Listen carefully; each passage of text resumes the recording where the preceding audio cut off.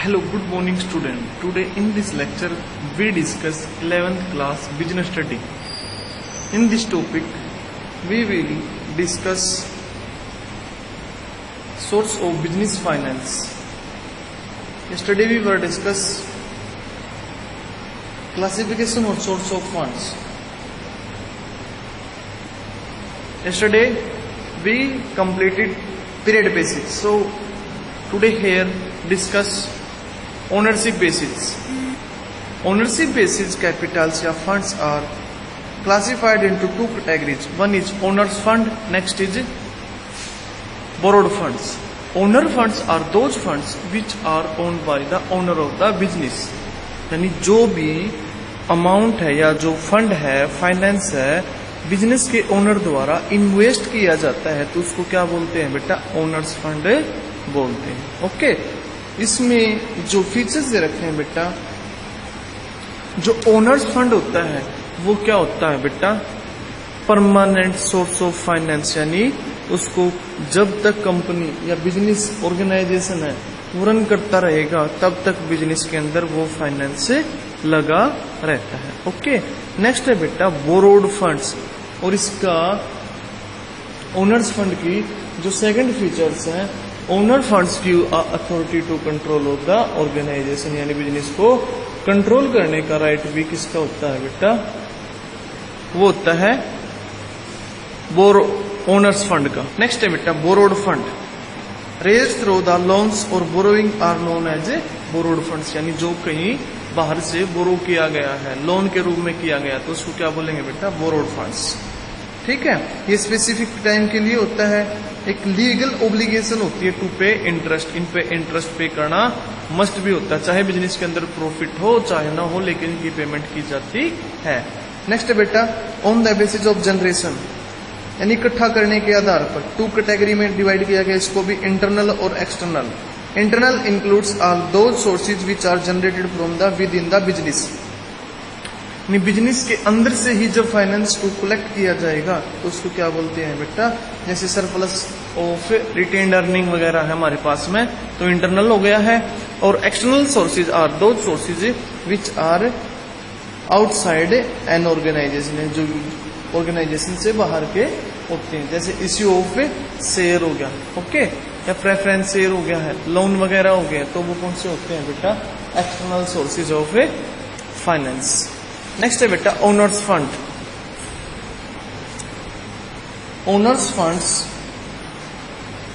Are those funds provided by the owner of the business, यानी business के owner द्वारा business में जो फंड्स प्रोवाइड किए जाते हैं तो उसको क्या बोलते हैं बेटा?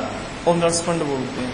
ये मेनली 6 टाइप के होते हैं: equity share, preference share, retained earning, global depository receipt यानी GDR, अमेरिकन डिपॉजिटरी रिसिप्ट यानी ADRs.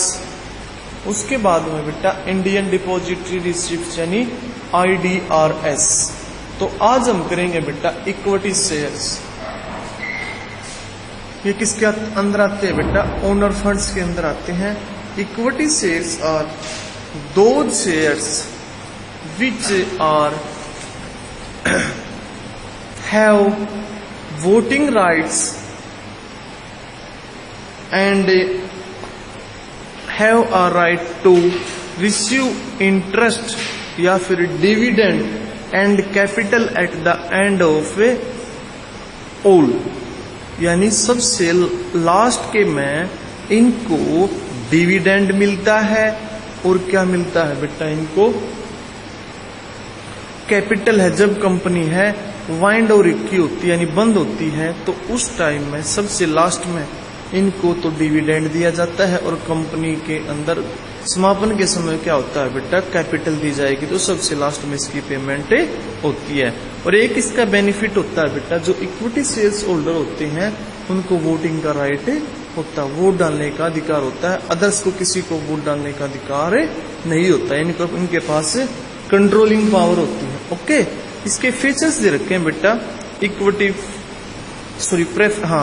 Features of equity shares. First है बेटा रिस्क बियर कैपिटल. यस, जो इक्विटी शेयर्स की कैपिटल को रिस्क बियर एज्यूम किया जाता है. क्यों किया जाता है बेटा? क्योंकि इसके अंदर जो लॉस है वो इन्होंने ही बियर करना होता है। चाहे प्रॉफिट है तो प्रॉफिट मिलेगा, लॉस है तो लॉस मिलेगा। ओके। और जो मैच्योरिटी है, मैच्योरिटी का मतलब है कंपनी के समापन के समय, वाइंडिंग अप के टाइम पे जो कैपिटल है सबसे लास्ट में इनको पे की जाती है। रिटर्न है, यदि कुछ बचता है तो इनको पे किया जाएगा, अदरवाइज कोई पेमेंट इसकी नहीं की जाएगी। क्लेम अवर रेजिडुअल इनकम, यानी क्या है, जो इनकी लास्ट में अगर मान के चलो इन्होंने वो क्या है, कंपनी वाइंडिंग अप के समय बिजनेस के अंदर मान के चलो 50 लाख का लॉस है और कैपिटल इन्होंने 40 लाख लगा रखी, तो लॉस भी इन्होंने बियर करना होता है। नेक्स्ट है बेटा वोटिंग राइट। जो इक्विटी शेयर्स होल्डर होते हैं उनको वोटिंग का राइट होता है या कंट्रोल करने का अधिकार होता है। Okay, thank you, have a nice day. Remaining chapter we will discuss next time.